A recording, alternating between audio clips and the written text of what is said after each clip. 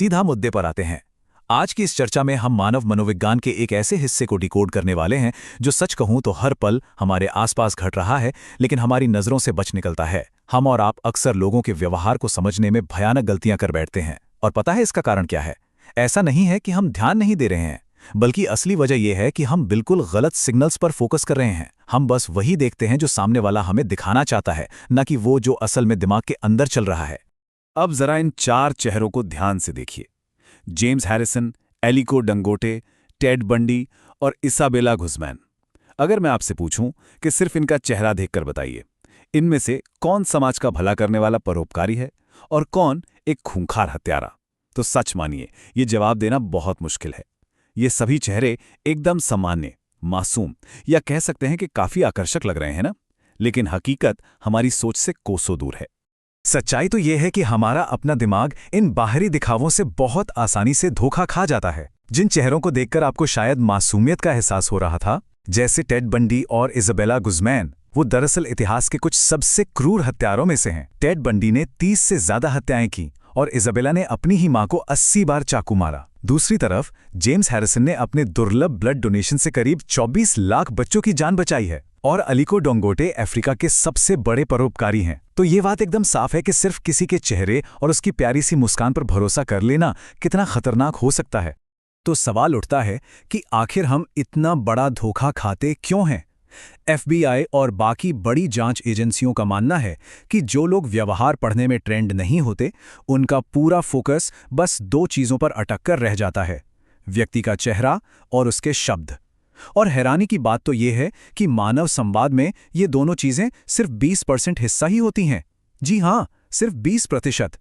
इसका सीधा सा मतलब है कि बातचीत के दौरान उभरने वाले 80% शारीरिक संकेत, जो असल में पूरी सच्चाई चीख चीख कर बता रहे होते हैं, हम उन्हें पूरी तरह से इग्नोर कर देते हैं। हमारा दिमाग उन अनकहे सिग्नल्स को रजिस्टर ही नहीं कर पाता। तो अब इस 80% अनकहे हिस्से को आखिर डिकोड कैसे किया जाए? इसकी सबसे पहली और बुनियादी सीढ़ी है बेसलाइन को समझना। बेसलाइन किसी भी व्यक्ति का वो डिफ़ॉल्ट, नेचुरल और रिलैक्स्ड व्यवहार होता है जब वो किसी तरह के दबाव में नहीं होता। मतलब वो आमतौर पर किस स्पीड से बात करता है, उसके हाथ कैसे रहते हैं, या वो किस तरह से आई कांटेक्ट बनाता है। जब तक आपको किसी की बेसलाइन का ही अंदाज़ा नहीं होगा, तब तक उसके व्यवहार में आने वाले किसी भी अजीब बदलाव को पकड़ना लगभग नामुमकिन है। इस बात को एक बहुत ही क्लासिक उदाहरण से समझते हैं। MS धोनी की 2016 T20 वर्ल्ड कप की वो मशहूर प्रेस कॉन्फ्रेंस याद है? शुरुआत में धोनी एकदम शांत थे, उनकी आवाज़ स्थिर थी और बॉडी लैंग्वेज बिल्कुल रिलैक्स्ड थी। ये उनकी बेसलाइन थी। लेकिन जैसे ही एक पत्रकार ने उनके रिटायरमेंट को लेकर एक तीखा सवाल उछाला, वहां एक बहुत ही स्पष्ट बदलाव या शिफ्ट देखने को मिला। उनकी आवाज़ थोड़ी तेज हो गई, चेहरे पर अचानक से एक मुस्कान आ गई और उन्होंने उस पत्रकार को अपने पास बुलाकर शारीरिक रूप से उस पूरी सिचुएशन का कंट्रोल अपने हाथ में ले लिया। बेसलाइन से शिफ्ट होने का ये एक परफेक्ट उदाहरण था। खैर, यहाँ एक बहुत बड़ी चेतावनी है जो हमेशा दिमाग में रखनी चाहिए। अक्सर लोग इंटरनेट पर कोई आर्टिकल पढ़ लेते हैं और मान बैठते हैं कि भाई अगर सामने वाले ने अपने हाथ बांध लिए हैं या नज़रें चुरा ली हैं तो वो पक्का झूठ ही बोल रहा है। ये एक बहुत ही बड़ी और आम गलती है। एक अकेला संकेत कभी भी किसी के झूठ या अपराध का सबूत नहीं हो सकता। हो सकता है हाथ बांधने की वजह सिर्फ इतनी हो कि उसे ठंड लग रही हो, या फिर आई कांटेक्ट टूटने का मतलब ये भी तो हो सकता है कि वो इंसान किसी पुरानी बात को गहराई से याद करने की कोशिश कर रहा हो। और ठीक यहीं पर काम आता है द रूल ऑफ 3, यानी 3 का नियम। व्यवहार विश्लेषकों का साफ मानना है कि किसी भी पक्के नतीजे पर पहुंचने के लिए कम से कम 3 संकेतों का एक ही समय पर उभरना बेहद जरूरी है। मान लीजिए आपने किसी से उसके कॉलेज प्लेसमेंट को लेकर कोई सवाल पूछा। अब अगर वो जवाब देने से पहले अचानक एक पॉज लेता है, ठीक उसी पल उसका आई कांटेक्ट भी टूट जाता है और वो अपनी घबराहट छिपाने के लिए अपना फोन उठाने लगता है, तो यहां आपको एक साथ 3 अलग अलग सिग्नल्स मिल रहे हैं। ये इस बात का बहुत ही तगड़ा इशारा है कि सतह के नीचे कुछ और ही खिचड़ी पक रही है। अब आप सोचेंगे कि अगर चेहरा झूठ बोल सकता है तो फिर सच आखिर छिपता कहाँ है? इसका जवाब हमारी खुद की बॉडी में है। हमारा चेहरा ना एक बहुत ही बेहतरीन और ट्रेंड एक्टर की तरह होता है। समाज में रहते रहते हम सभी को पता चल जाता है कि नकली मुस्कान कैसे देनी है और झूठा आई कांटेक्ट कैसे बनाना है। चेहरा एक बहुत अच्छा मुखौटा बन सकता है, लेकिन निचले शरीर का क्या?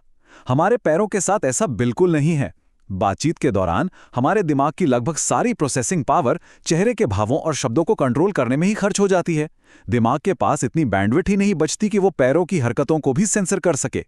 इसलिए यकीन मानिए, पैर हमेशा बेबाक सच बोलते हैं।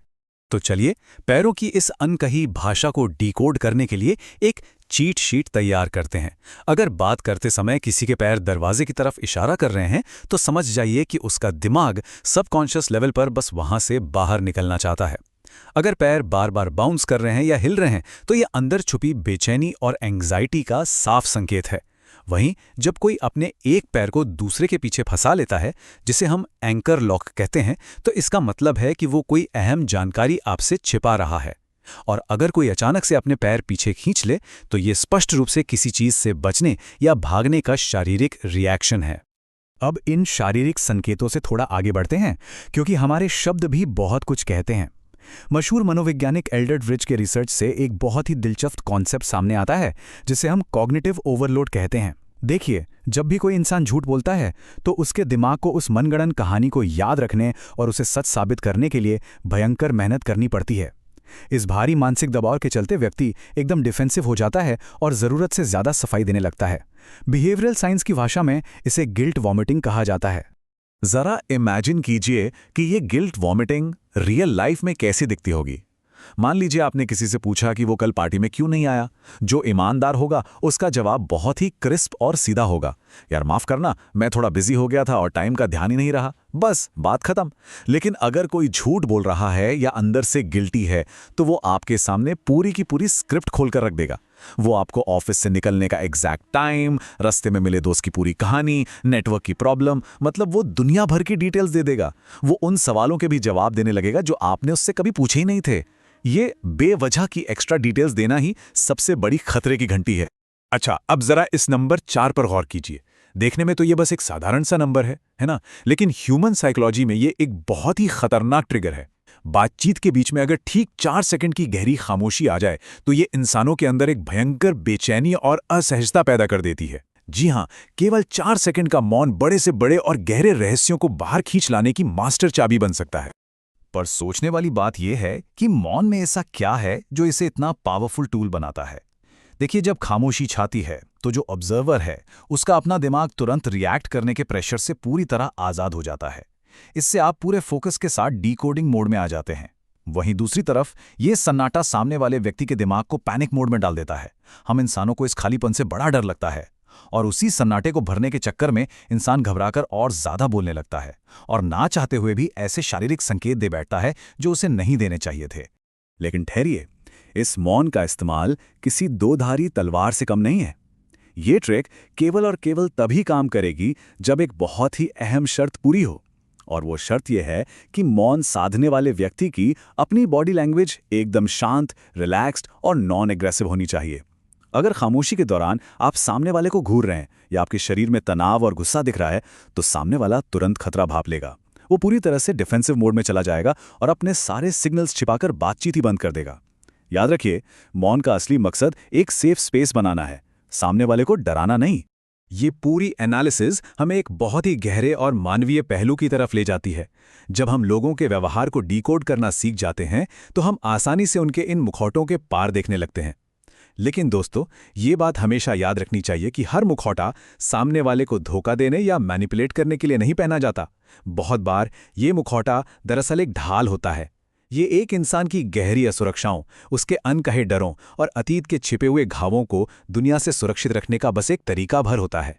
तो मानव व्यवहार को पढ़ने और उसके पीछे के इन अनकहे संकेतों को डिकोड करने की ये जो क्षमता है वो सच में एक तरह की सुपर पावर है।